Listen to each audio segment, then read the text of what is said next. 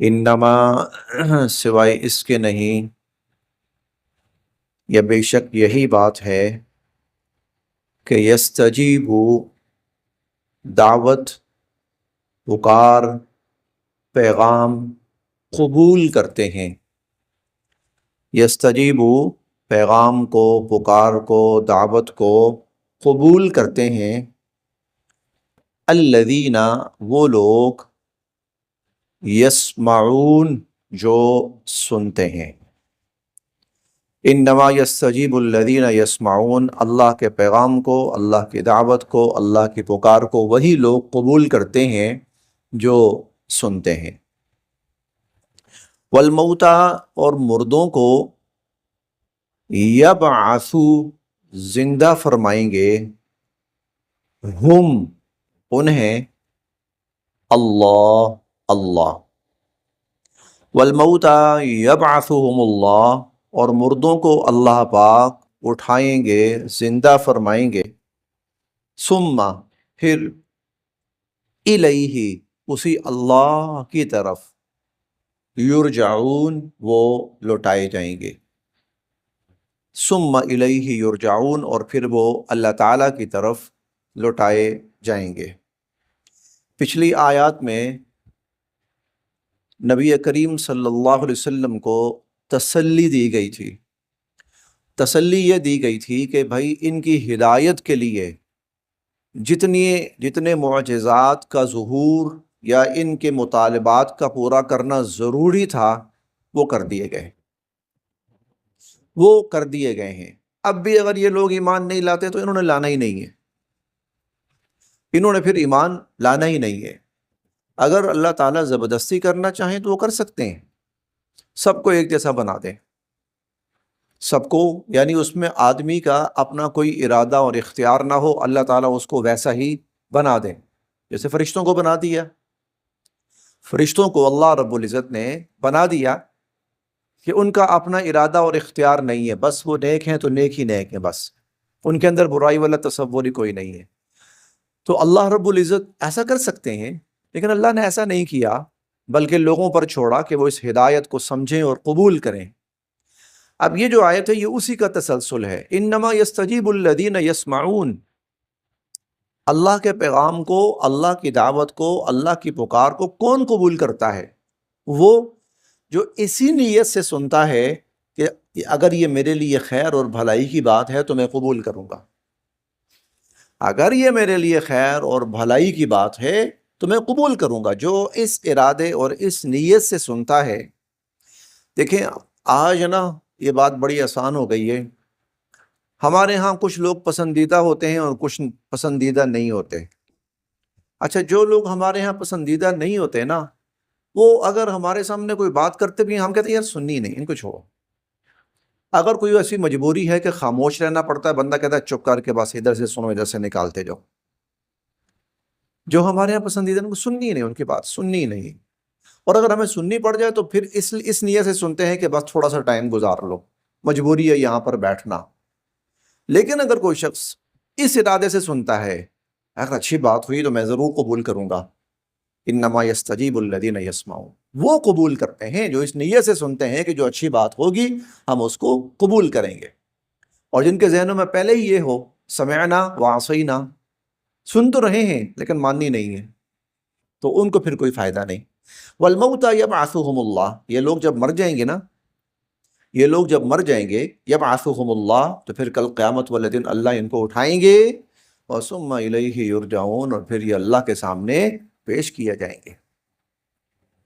وقالوا، اور یہ لوگ کہتے ہیں، لولا کیوں نہیں، لولا کیوں نہیں، نزلا اتاری گئی، لولا نزلا کیوں نہیں اتاری گئی، علیہ حضور صلی اللہ علیہ وسلم پر، آیہ، آیہ آیت یا نشانی، من ربہ ان کے پروردگار کی طرف سے۔ وقالوا لولا نزل علیہ آیۃ من ربہ، یہ لوگ کہتے ہیں کہ حضور صلی اللہ علیہ وسلم پر ان کے رب کی طرف سے نشانی کیوں نہیں اتاری گئی، جس کا ہم تقاضا کر رہے ہیں، جس کا ہم مطالبہ کر رہے ہیں۔ قل، آپ فرمائیے، ان اللہ، بے شک اللہ تعالی، قادر پوری قدرت رکھتے ہیں، اعلی اس بات پر، ان ینزلہ کہ اتاریں، آیہ آیت، یہ جو تم کہہ رہے ہو نا، جو چیز تم مانگ رہے ہو، اللہ پاک اس پر پوری قدرت رکھتے ہیں، اور اللہ پاک اس سے بڑی بڑی نشانیاں ظاہر فرما چکے ہوتے ہیں۔ وہ تو بڑی چھوٹی سی نشانی ہوتی جو وہ مانگ رہے ہوتے ہیں، اللہ اس سے کہیں بڑی نشانیاں ظاہر فرما چکے ہوتے ہیں۔ قل ان اللہ قادر، آپ فرمائیے اللہ پوری قدرت رکھتے ہیں، اعلی اس بات پر، ان ینزل آیہ کہ اللہ تعالیٰ آیت و نشانی نازل فرما دیں، ولیکن اور لیکن، اکثرہم ان میں سے اکثر، لا یعلمون اس بات کو نہیں جانتے، ولیکن اکثرہم لا یعلمون لیکن ان میں سے اکثر اس بات کو نہیں جانتے۔ ہو سکتا ہے کہ پھر اگر انکار کریں تو پھر اللہ کی طرف سے کوئی مہلت نہ ملے، پھر اگر انکار کریں تو پھر ہو سکتا ہے اللہ کی طرف سے اکثر لوگ نہیں جانتے، اس لیے اللہ پاک ان کی حکمت میں یہ نشانی نازل نہیں کرتے۔ وما اور نہیں ہے، من دابہ کوئی جاندار، دابہ زمین پہ چلنے والا، نہیں ہے کوئی جاندار، فی الارض زمین میں، ولا اور نہ ہی، طائر پرندہ، یطیر جو اڑتا ہے، بجناحیہ اپنے پروں سے، اور جو اپنے پروں پہ اڑتا ہے، الا مگر، وہ بھی امتیں ہیں یا وہ بھی مخلوقات ہیں، امثالکم تمہاری طرح، وہ بھی تمہاری طرح امتیں ہیں یا وہ بھی تمہاری طرح مخلوقات ہیں۔ پھر دیکھیں، وما من دابۃ فی الارض روئے زمین پہ چلنے والا ہر جاندار، ولا طائر یطیر بجناحی اور اپنے پروں سے اڑنے والا ہر پرندہ، الا امثالکم وہ بھی تمہاری طرح مخلوقات ہیں، ما نہیں، فرطنا ہم نے کوئی کمی چھوڑی، فی الکتابی کتاب میں، من شیء کچھ بھی، ما فرطنا فی الکتاب من شیء ہم نے کتاب میں کوئی کمی نہیں چھوڑی، ثم پھر، الی ربہم اپنے رب کی طرف، یحشرون سب کے سب جمع کیے جائیں گے۔ یہ بڑی عجیب آیت ہے۔ ہم یہ پڑھتے ہیں قیامت کے دن انسانوں کو زندہ کیا جائے گا، اور اللہ پاک انسانوں کا حساب کتاب لیں گے، اور اللہ پاک دنیا میں انسانوں کا حساب کتاب لکھ رہے ہیں، اور فرشتے مقرر ہیں، اور وہ انسانوں کی جتنے بھی معمولات، گفتگو، کام، سب کچھ لکھ رہے ہیں۔ ہمارا عمومی تصور یہی ہوتا ہے، لیکن یہ آیت ہمیں اس سے بڑھ کر ایک بات سمجھا رہی ہے، وہ یہ کہ صرف تم نہیں، صرف انسان نہیں، روئے زمین پہ چلنے والی ہر مخلوق، اللہ ہر مخلوق کا حساب رکھ رہے ہیں۔ فضاؤں میں اڑنے والا ہر پرندہ، اللہ ہر پرندے کا حساب رکھ رہے ہیں۔ ما فرطنا فی الکتاب من شیء، ہمارے پاس جو تحریر ہے نا، اس میں ان میں سے کسی کا کوئی عمل چھوٹا ہوا نہیں ہے۔ یہ نہیں ہے کہ پرندے جو کچھ کر رہے ہیں، جانور جو کچھ کر رہے ہیں وہ ہمیں نہیں پتا، اور انسان جو کچھ کر رہے ہیں وہ ہمیں پتا ہے۔ ہمیں انسانوں کا بھی پتا ہے، ہمیں جانوروں کا بھی پتا ہے۔ الا امثالکم وہ بھی تمہاری طرح مخلوقات ہیں، ان کو بھی اللہ نے پیدا کیا ہے، ان کا بھی اللہ حساب رکھ رہا ہے۔ پھر کیا ہوگا؟ ثم الی ربہم یحشرون، قیامت کے دن جہاں انسانوں کو زندہ کیا جائے گا، اور قیامت کے دن جہاں جنات کو زندہ کیا جائے گا، قیامت کے دن ہر جاندار کو زندہ کیا جائے گا۔ ثم الی ربہم یحشرون، ہر جاندار کو، زمین پہ چلنے والے پرندوں کو، فضاؤں میں اڑنے والے پرندوں کو، مخلوقات کو زندہ کیا جائے گا۔ چنانچہ بہت ساری روایات میں حضور علیہ الصلوۃ والسلام فرماتے ہیں اللہ پاک سب جانوروں کو زندہ فرمائیں گے۔ یہ تصور تو کچھ بہت آگے چلا گیا ہے، اور میدان حشر تو پھر کچھ اور بھی گنجان ہو گیا ہے۔ بھئی انسان تو صرف ایک ہی مخلوق ہے نا، انسان تو صرف ایک ہی ہے، وہ جاندار تو پھر ہزاروں لاکھوں پتہ نہیں واللہ عالم کتنے ہیں. صرف ایک گائے کو لے لیں وہ پتہ نہیں کتنی ہوں گی، بھینسوں کو لے لیں وہ پتہ نہیں کتنی ہوں گی، بکریوں کو لے لیں، اونٹوں کو لے لیں، اور فضاؤں میں اڑنے والے، تو یہ سب کے سب اللہ قیامت والے دن زندہ فرمائیں گے. ہم پڑھیں گے سورہ یاسین میں وَهُوَ بِكُلِّ خَلْقٍ عَلِيمٌ، اللہ کو اپنی ہر مخلوق کا پتہ ہے. اب چیونٹیاں لے لیں، اللہ زندہ کریں گے سب کو، اب ان کا بھی حساب ہوگا، صرف انسانوں کا حساب نہیں ہوگا، ان کا بھی حساب ہوگا. اور ان کا حساب کیا ہوگا؟ دنیا میں جس جانور نے دوسرے جانور پر ظلم کیا ہوگا اور وہ جانور اپنا بدلہ نہیں لے سکا تھا، کمزور تھا، کچھ بھی تھا، جیسے حدیث میں باقاعدہ آتا ہے کہ سینگ والا جانور جس نے دنیا میں بے سینگ والے کو سینگ مارے تھے، اللہ اس سے فرمائیں گے دوسرے کو تو بھی اس کو سینگ مار. جانوروں کا حساب ہوگا، ساری مخلوقات دیکھیں نا، وَمَا مِن دَابَّةٍ فِي الْأَرْضِ، زمین پہ چلنے والا، روئے زمین پہ چلنے والا ہر جاندار، اس میں بھینسیں بھی آتی ہیں، اس کے اندر گائے بھی آتی ہیں، اس میں اونٹ بھی آتے ہیں، اس میں بکریاں بھی آتی ہیں، اس میں بلیاں اور کتے بھی آتے ہیں، اور اس کے اندر خاص طور پر جنگلوں میں رہنے والے سینکڑوں قسم کے جانور آتے ہیں، درندے بھی اس کے اندر آتے ہیں، اور زہریلے جانور بھی اس کے اندر آتے ہیں، اور پھر مرغیاں اور بطخیں اور مرغابیاں، اور پھر اور یہاں ذکر نہیں ہے، لیکن یہاں ذکر نہیں ہے پانی کی مخلوقات کا، لیکن اللہ ان کو بھی زندہ فرمائیں گے کیونکہ وہ زمین پہ ہیں، بہرحال وہ بھی زمین ہی کا حصہ ہے، پانی بہرحال یہ بھی زمین ہی کا حصہ ہے. اور فضاؤں میں اڑنے والے الگ سے اللہ نے ذکر کیے. اب فضاؤں میں اڑنے والے کتنے ہیں؟ چیلیں ہیں، کوے ہیں، چڑیا ہیں، فاختائیں ہیں، فلاں ہیں، فلاں ہیں. اللہ اکبر. قیامت آسان نہیں ہے، قیامت آسان نہیں ہے. ما فرطنا فی الکتاب من شیء، یہ نہیں ہے کہ ہمیں ان میں سے کوئی مخلوق بھول جائے گی. ہمارے پاس جو ریکارڈ ہے، جو کتاب ہے، اس میں کی کوئی کمی نہیں، کسی چیز کی کوئی کمی نہیں. تو اللہ تعالیٰ فرماتے ہیں ہم ان سب کو جمع کریں گے، ٹھیک، پھر حساب ہوگا. جب حساب ہوگا نا، ان کا حساب ہو گیا، اس نے مارا تھا تو مار دیا، پھر ان کو حکم ہوگا کونوا ترابا، سب مٹی مٹی ہو جاؤ، ختم. میں تو اب سوچ رہا ہوں وہ میدان محشر جو ہے وہ کتنا بڑا ہوگا، اور یہ ساری مخلوقات بھی آنی وہاں پر، یہ ساری مخلوقات، پھر پانی کی مخلوقات، خشکی کی مخلوقات اور فضائی مخلوقات ساری آنی ہے. میدان محشر کتنا بڑا ہوگا. اور میرا ذاتی خیال یہ ہے کہ ان میں سے ہر مخلوق کی تعداد انسانوں سے زیادہ ہوگی. ہر مخلوق، چڑیاں جو ہیں، میرا نہیں خیال کہ ان کی تعداد انسانوں سے کم ہو، مجموعی چڑیوں کی تعداد مجموعی انسانوں سے زیادہ ہوگی. یہ میرا ایک اپنا اندازہ ہے، اور میرا نہیں خیال کہ یہ جو گائے بھینسیں ہیں اور بکریاں ہیں، ان کی تعداد ایک کی تعداد الگ الگ انسانوں سے کم ہوگی، زیادہ ہوگی. آپ اندازہ لگائیں نا، ایک بندہ اپنی زندگی میں کتنے بکرے کھا جاتا ہے، کتنی مرغیاں کھا جاتا ہے. آپ کوئی اندازہ لگا کے دیکھ لیں، ایک بندہ میرے خیال میں 20-25 ہزار مرغی ایک بندہ آرام سے کھا جاتا ہے اپنی پوری زندگی میں. اپنی پوری زندگی میں 20-25 ہزار اکیلا بندہ کھا رہا ہے، ایک. تو ثم الی ربہم یحشرون، بہت مشکل.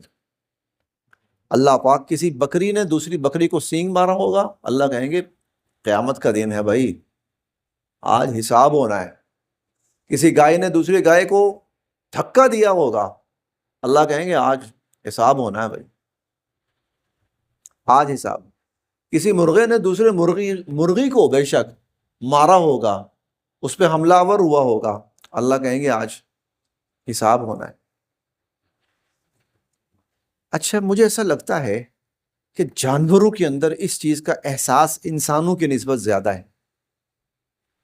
انسانوں کی نسبت جانوروں کے اندر اس چیز کا احساس زیادہ ہے. اسی لیے آپ دیکھیں کہ جانور کے ساتھ اتنا نہیں لڑتا جتنا انسان کے ساتھ لڑتا ہے. جانور کے ساتھ ظلم نہیں کرتا اتنا جتنا انسان پہ ظلم کرتا ہے.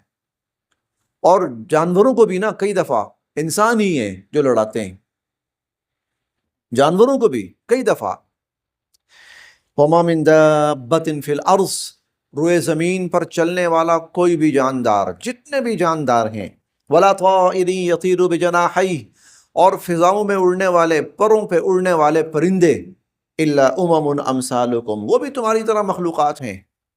ما فرطنا فی الکتاب من شیء، ہم نے اپنی کتاب میں کوئی چیز چھوڑی نہیں ہے. ثم الی ربہم یحشرون، پھر اپنے رب کی طرف یہ سب کے سب جمع کیے جائیں گے. والذین اور جن لوگوں نے کذبوا جھٹلایا، بآیاتنا ہماری آیات کو، والذین کذبوا بآیاتنا اور جن لوگوں نے ہماری آیات کو جھٹلایا، صم وہ بہرے ہیں، وبکم اور گونگے ہیں. یعنی ہماری اتنی واضح آیات، اتنی بڑی باتیں ہم کہہ رہے ہیں، اتنے مختلف اینگل سے ہم سمجھا رہے ہیں، پھر بھی جو نہیں ماننے کو تیار، تو اس سے بڑا بہرا اور گونگا کون ہوگا؟ پھر الظلمات، یہ تو گمراہیوں میں ہے. من جسے، یشا چاہیں، اللہ یضللہ اس کو گمراہ کر دیں.